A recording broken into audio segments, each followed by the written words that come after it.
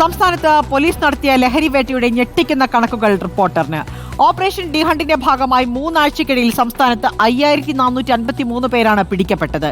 ഇതുവരെ 5261 കേസുകൾ സംസ്ഥാനത്ത് രജിസ്റ്റർ ചെയ്തു. ഇന്ന് കലാലയങ്ങൾ കേന്ദ്രീകരിച്ചും പോലീസ് പരിശോധന കർശനമാക്കി. ലഹരി മാഫിയകളെ പൂട്ടാൻ പരിശോധനകൾ ഊർജിതപ്പെടുത്തുകയാണ് പോലീസ്. 3 ആഴ്ചക്കിടയിൽ 5433 പേരെയാണ് ലഹരി കേസിൽ പിടികൂടിയത്. 5261 കേസുകൾ രജിസ്റ്റർ ചെയ്തിട്ടുണ്ട്. ഇതിൽ 3878 കേസുകളും NDPS വിഭാഗത്തിൽ ഉൾപ്പെടുത്തി. സംശയാസ്പദമായി 46279 പേരെയാണ് പോലീസ് പരിശോധിച്ചത്.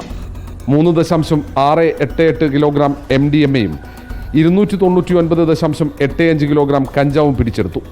3680 കഞ്ചാവ് ബീഡികളും പരിശോധനകളിൽ കണ്ടെത്തി.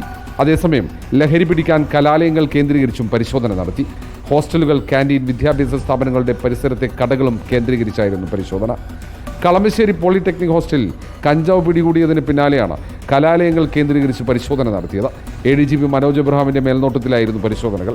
ലഹരി മരുന്നിന്റെ ഉറവിടം കണ്ടെത്താൻ ഇതര സംസ്ഥാനങ്ങളിലെ പോലീസുമായി ചേർന്ന് അന്വേഷണം ഊർജിതപ്പെടുത്താനും തീരുമാനിച്ചിട്ടുണ്ട്. റിപ്പോർട്ടർ, തിരുവനന്തപുരം.